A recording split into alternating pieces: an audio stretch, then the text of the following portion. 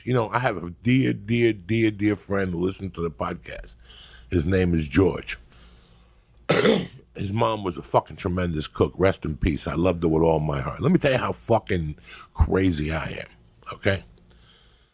When, in 1933, which made me 30 years old, when I got serious about stand-up, that was when I really jumped into stand-up, was in 1993. She asked me one day, you know, what do you want to eat or something? She made a spaghetti and clam sauce. I don't know what that. She was half Panamanian and something else, but it didn't matter. She made a spaghetti and clam sauce that would knock your fucking socks off.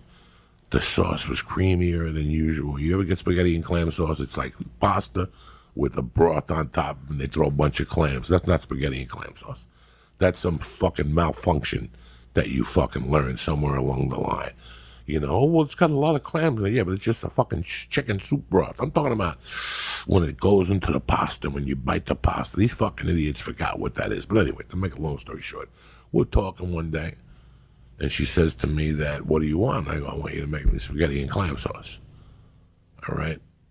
So the next day, I saw my buddy, Chrissy Fish, and I asked him for a bag of clams, and he gave me a beautiful bag of these fucking clams. They were fucking fresh.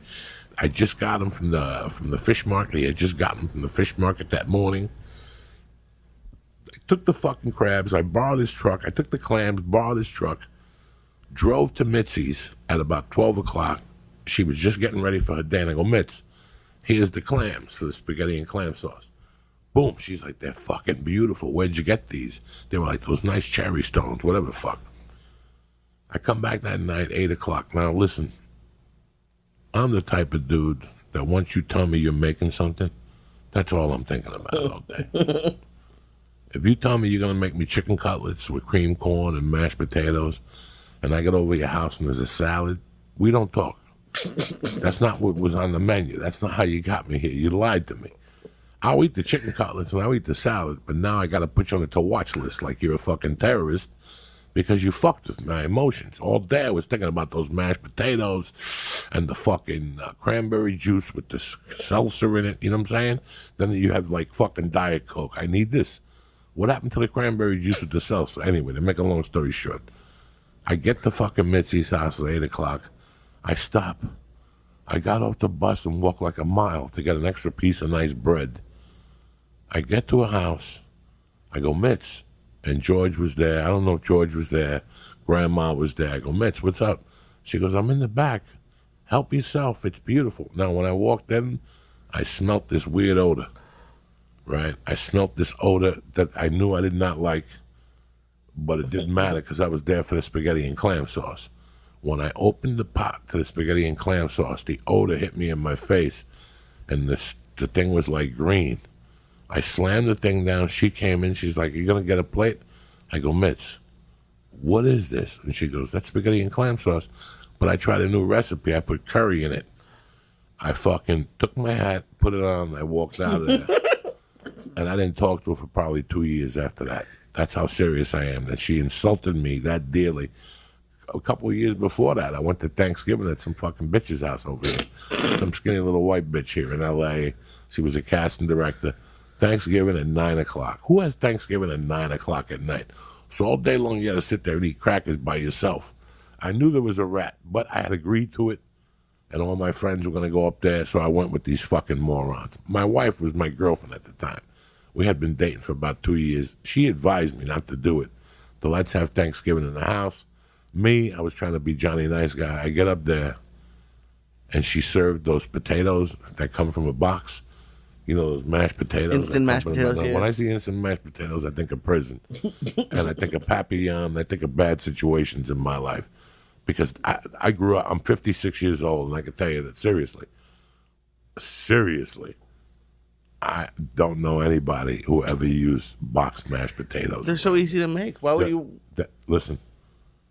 Just shut up. No, I'm saying regular mashed potatoes are easy to make. Oh, I'm sorry. Then. Oh, no. I think you're going to tell me that. No. I'm not that lazy. Like, I'm not going to fucking talk to you. Like, if you use mashed potatoes out of a box, I can't come over to your house. I really can't. It's just a lack of respect. Like, you just really, you can't put a potato and boil it and chop it up. Even fucking Mortadella over here just said it's easy to make mashed potatoes. A little sour cream, a little milk. Even me, that's a fucking the worst cook in the world, I could put together mashed potatoes. Let me tell you something. And then she stuffed the turkey. No, it didn't end there. It didn't end there. Like, my blood pressure didn't fucking go over 2,000 over And this is 100. how many years ago? 20 years ago? This had to be 15 fucking years ago. Okay. She was dating a guy named Vinny, a real fucking loser. And I was planning on robbing Vinny. Vinny had owed the government money, and he was stashing 200 large in the trunk of his car and drive around with it. Oh, no. And this girl was flapping her mouth telling people, and she didn't know I was ready to take this guy out. He just had a secured gate. I had to figure out how to get to the secure gate and hide. And then I would call her. She'd come down with him, and I'd clock him in the head. But she's a nice kid. She's from Texas. You know, she was like a Jersey girl. I could set him up, and we'd split the money. Because what the guy wasn't going to say nothing. The guy weighed 80 pounds, and that's if he had 2 rocks in his pocket. I swear to God, this is how broke I was at the time. She told me one day, she's like, he has a lot of money because he owes the IRS money. So he keeps it in the trunk of his car. I'm like, that's all I needed to know. I'm surprised you... I walked over there a couple of nights and cased it out. He parked his car right next to the fucking sliding gate, too. So all I had to do was wait for the gate to open, slide, and hide under the car. I was a little fat at the time.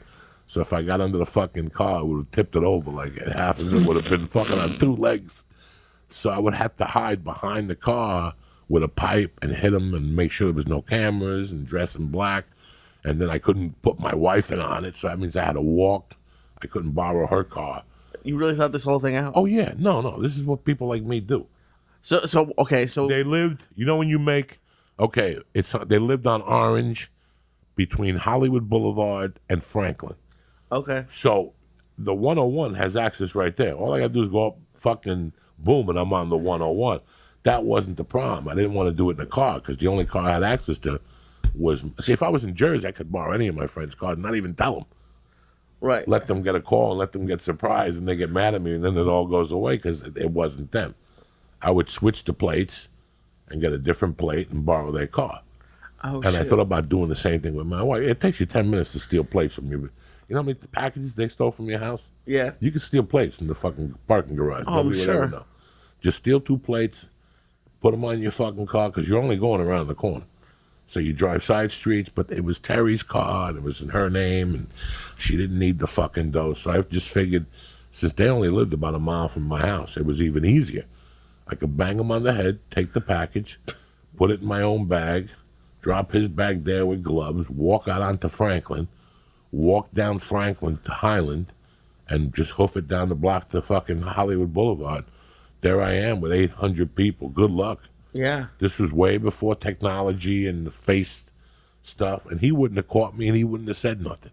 So what did you put in that turkey to make you hate him so much? A duck. Oh, she made a turducken? A turducken. And I didn't get the surprise till I tasted it, and it tasted like fucking somebody's asshole. So I put the fork down, and I was ready to start fucking crying. And my wife saw me that I was ready to cry. So I basically got up and went outside and smoked like 18 cigarettes because I was so angry. And I grabbed my wife and I said, let's get the fuck out of here. The point is, I didn't talk to Stacy from November of that year till like the following June. And when she called me, I was still so mad. Like, she kept calling me. Like, why isn't you talking to me? What's the problem? And one night I was all fucked up, and she called me, and I saw it was her. And she kept, I don't know how I knew what she wanted. Oh, when she called me, she goes, I need to know why you are so angry with me. And I go, what you need to do is get a cookbook. And I hung up on her. That's how pissed off I was at her, because I know her really well. I love her to death. But I thought that she knew better. She's from fucking Texas. Who makes fucking mashed potatoes out of a box in Texas? That's what happens to white people from Texas when they come up here. They start hanging with these fucking granola heads and these fucking oh my God, these non-gluten head motherfuckers, and then they become soft. I've seen it 1,000 times. Some Texans are fucking tough to the death. I love Texans. I ain't saying nothing bad about Texans. But she's one of those Texans that's like from Houston, from the yuppie side, and, you know, they jump up and down and all that shit. I still love her. I still talk to her 3 times a week. I break her balls. But my point is that little things become big things. Little things become big things, and it's a joke for some people, and it's a joke, but I take it that seriously. Because if I didn't take the little things that seriously, I wouldn't take the big things as seriously. You know, when you become a comedian, there's different protocols that you have to do and you have to respect. And if you go outside those protocols, then we have nothing. It's like everything else in life. What the fuck are you giggling about? No. Why did you like him? What did He did an error. I knew a second ago, but now it's... You just keep going from where you told it, because then... You know that little forehead you got?